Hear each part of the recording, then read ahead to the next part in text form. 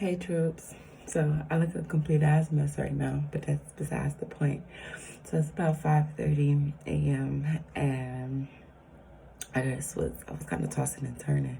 So I decided to just jump up because I had all these ideas running through my head. So I said I'm gonna get up. Excuse me. So I said I'm gonna get up and I'm gonna record a little bit. I probably should have got myself together before I decided to do that. But I just wanted to address the fact that there are certain parts of being a business owner that people don't see. So it's 5:30 and I'm recording inside of a hotel room right now. And I have so much that is untouched. I have logos that I need to complete. I have account audits that needs to be done. I have accounts that have closed out that needs to be finalized. I have people who emails I haven't responded to, whose text messages I haven't responded to, and it's all because of where I am in aspects of my life. The pressures, I think sometimes, as being an entrepreneur, people think that you are not human. You only took this risk and you started this business. Now you have to give it your all. And you do. You do if you wanted to succeed in a way that you wanted to succeed.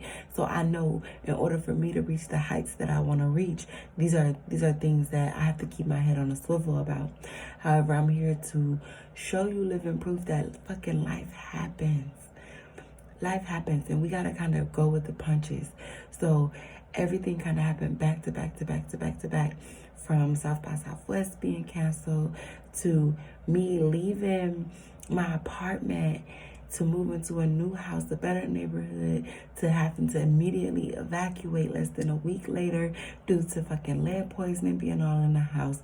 Then the landlord not wanting to rent another property to me because of his personal business reasons, to falling out and having a physical altercation with my child's father, to clients, like everything.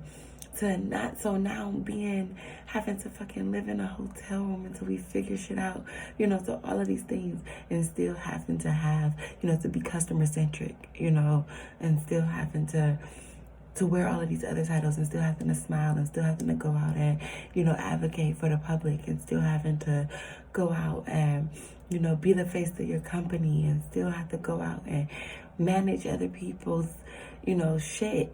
And it's like, yo, this is the part. It's like, where do we stop and we take a step back? Like, where do you advocate for yourself and you say, you know what?